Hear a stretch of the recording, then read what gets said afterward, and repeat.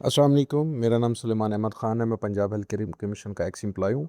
आज हम बात करेंगे डायलिसिस सेंटर के एमएसडीएस की कंप्लाइंस की वीडियो नंबर 2 पे। स्टैंडर्ड 12 जो है वो आरओ प्लांट के हवाले से है कि आरओ प्लांट जो आपका इंस्टॉल होना चाहिए वो आईएसओ सर्टिफाइड होना चाहिए। जिस जगह पर आपका आरओ प्लांट इंस्टॉल है वहाँ पर फ्लोर ट्रैप लगे होने चाहिए फॉर ड्रेनेज। आरओ प्लांट के जितने भी इक्विपमेंट्स हैं वो सब लेबल्ड होने चाहिए। आरओ प्लांट के जो कॉलम हैं वो ट्रांसपेरेंट नहीं होने चाहिए। आरओ प्लांट की प्रेशर गेजेस जो हैं वो भी इंस्टॉल होनी चाहिए और आपकी एक डेली की चेकलिस्ट आपने बनानी है जो आरओ रूम के बाहर आपने पेश करनी है। आरओ प्लांट की लॉग बुक को मेंटेन करना है। स्टैंडर्ड 13 जो है वो मेडिकल प्रोफेशनल्स के से रिलेटेड है और ये आपका जो स्टैंडर्ड है ये स्टैंडर्ड नंबर 3 से रिलेटेड है। आपकी एचआर फाइल्स जो हैं स्टाफ की वो फुल्ली मेंटेन होनी चाहिए, अपडेटेड होनी चाहिए। स्टाफ के जो डॉक्यूमेंट्स हैं वो वेरीफाइड होने चाहिए। इंडिकेटर 14 जो है वो डायलिसिस सेंटर में काम करने वाले स्टाफ मेंबर्स के हवाले से है कि आपके डायलिसिस सेंटर में staff screening and infection management policy in writing मौजूद होनी चाहिए। तमाम स्टाफ मेंबर्स का एचआईवी हेपेटाइटिस बी सी की स्क्रीनिंग मौजूद होनी चाहिए और हेपेटाइटिस बी तमाम स्टाफ को लगनी चाहिए और इसका रिकॉर्ड जो है तमाम स्टाफ की एचआर फाइल में मौजूद होना चाहिए। स्टैंडर्ड 15 जो है वो कंप्लीट पेशेंट रिकॉर्ड के हवाले से है कि पेशेंट फाइल जो है उसमें सबसे पहले प्रिस्क्रिप्शन मौजूद होनी चाहिए, डायलिसिस ट्रीटमेंट रिकॉर्ड मौजूद होना चाहिए, प्रॉब्लम लिस्ट ऑफ पेशेंट मौजूद होनी चाहिए, पेशेंट का स्क्रीनिंग रिकॉर्ड मौजूद होना चाहिए इंक्लूडिंग सेरो कन्वर्जन जो है उसका रिकॉर्ड भी मौजूद होना चाहिए। स्टाफ की अथॉराइजेशन के कौन सा स्टाफ मेंबर की क्या अथॉराइजेशन है वो क्या क्या काम कर सकता है। मेडिकल रिकॉर्ड रिव्यू कमेटी का नोटिफिकेशन मौजूद होना चाहिए। मेडिकल रिकॉर्ड रिव्यू कमेटी की मीटिंग्स कंडक्ट होने का एविडेंस चाहिए और इस बात का भी एविडेंस होना चाहिए कि मेडिकल रिकॉर्ड रिव्यू कमेटी जो है वो टाइम टू टाइम अपने तमाम रिकॉर्ड को रिव्यू करती है। स्टैंडर्ड 16 जो है वो क्वालिटी एश्योरेंस प्रोग्राम के हवाले से है कि आपके डायलिसिस सेंटर में आपकी क्वालिटी को मेंटेन रखने के लिए आप क्या स्टेप्स लेते हैं।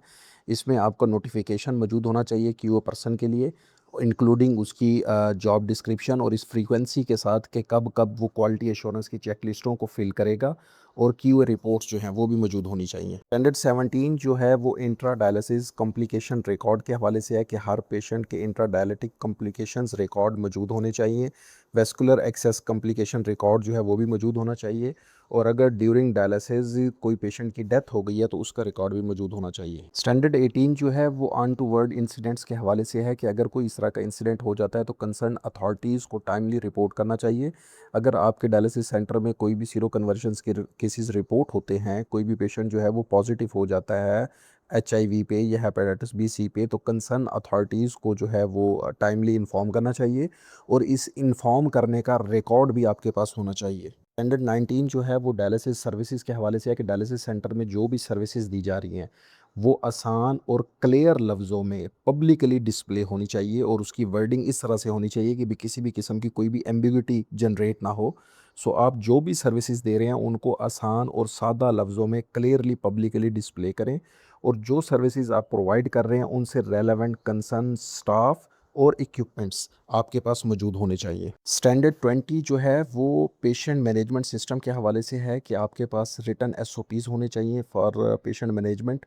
आपका रिसेप्शन डेस्क होना चाहिए, ओपीडी रजिस्टर होना चाहिए और ये प्रॉपरली अपडेट होना चाहिए और ये ओपीडी रजिस्टर जो है ये आपके पेशेंट रिकॉर्ड से मैच भी करना चाहिए। स्टैंडर्ड 21 जो है वो इस बात से रिलेट करता है कि हर पेशेंट को लॉन्ग टर्म बेसिस पे मॉनिटर किया जाता है। इस चीज़ का एविडेंस हम पेशेंट की लैब रिपोर्ट से जनरेट करते हैं कि जो भी हमारे इंटरवल्स होंगे उनके बाद पेशेंट के तमाम टेस्ट करवाए जाएंगे और ये तमाम लैब रिपोर्ट्स जो हैं ये पेशेंट के रिकॉर्ड में अटैच की जाएंगी। स्टैंडर्ड 22 जो है वो एमरजेंसी सर्विसेज के हवाले से है।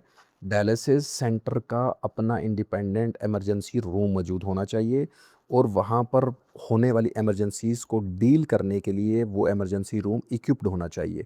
अगर स्टैंड अलोन है तो उसका एमओयू होना चाहिए किसी हॉस्पिटल के साथ, अगर उसको ज़रूरत पड़ती है इमरजेंसी सर्विसेज के हवाले से तो वो खुद जो मैनेज कर सकते हैं। उसके बाद वो कंसर्न जिसके हॉस्पिटल के साथ एमओयू है वहाँ पर पेशेंट को ले जाएंगे फॉर फर्दर ट्रीटमेंट। स्टैंडर्ड 23 जो है वो हीमोडायलिसिस ट्रीटमेंट प्रेस्क्राइब करने के हवाले से है कि आपके सेंटर में कौन ऐसा पर्सन है जो अथॉराइज होगा कि वो किसी को हीमोडायलिसिस सेंटर ट्रीटमेंट जो है वो एडवाइस कर सके। तो इस हवाले से हमारा जो सेंटर इंचार्ज होगा वो इस हवाले से अथॉराइज होगा और इस चीज़ का हमने एविडेंस जनरेट करना है जो कि प्रेस्क्रिप्शन की सूरत में होगा और वो हर पेशेंट की फ़ाइल के साथ अटैच होगा। तो जब कभी भी कोई भी नए पेशेंट का हम डायलिसिस स्टार्ट करते हैं तो उसके रिकॉर्ड में प्रिस्क्रिप्शन जो है वो लाजमी मौजूद होनी चाहिए। और जो पर्सन जो इसको प्रेस्क्राइब कर रहा है, जो एडवाइस कर रहा है, उसकी क्वालिफ़िकेशन जो है वो इस तरह की होनी चाहिए। और सेंटर के अंदर जो हम अपनी ऑथराइजेशन लिखेंगे, टाइप करेंगे, उस ऑथराइजेशन में भी ये चीज़ लाजमी मेंशन होनी चाहिए कि कौन पर्सन जो है वो ऑथराइज़ होगा किसी भी पर्सन को या किसी भी पेशेंट को हीमोडायलिसिस ट्रीटमेंट एडवाइस करने के लिए। अगर आपको ये वीडियो इन्फॉर्मेटिव लगी हो तो काइंडली मेरे चैनल को लाइक और शेयर कीजिएगा और मेरे चैनल को सब्सक्राइब भी कीजिएगा ताकि नेक्स्ट ऐसी इन्फॉर्मेटिव वीडियो जो है वो आपको टाइमली मिलती रहें। पंजाब हेल्थ केयर कमीशन के हवाले से अगर आपको किसी भी किस्म की कंसल्टेंसी सर्विसेज रिक्वायर्ड हो तो आप दिए गए नंबर पर रब्ता कर सकते हैं।